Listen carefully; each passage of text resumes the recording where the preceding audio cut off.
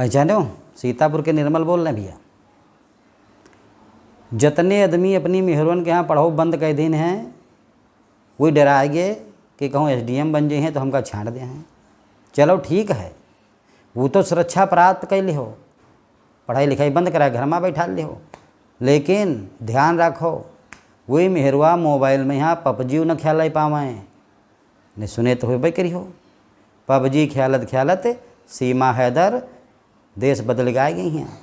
तो ध्यान रखो, मेहरवा अगर PUBG खेलत होई तो गड़बड़ है। तो खाली पढ़ाई लिखाई छोड़ाए तो खत्म काम नहीं चली। कोई का मोबाइलों पर भी ध्यान रखो कि का खेलत है, नहीं तो एक दिन खेल जाई और तुम खिलौना कस परे रही हो। बाकी पहचान तो गई, सीतापुर के निर्मल बोल रहे हैं।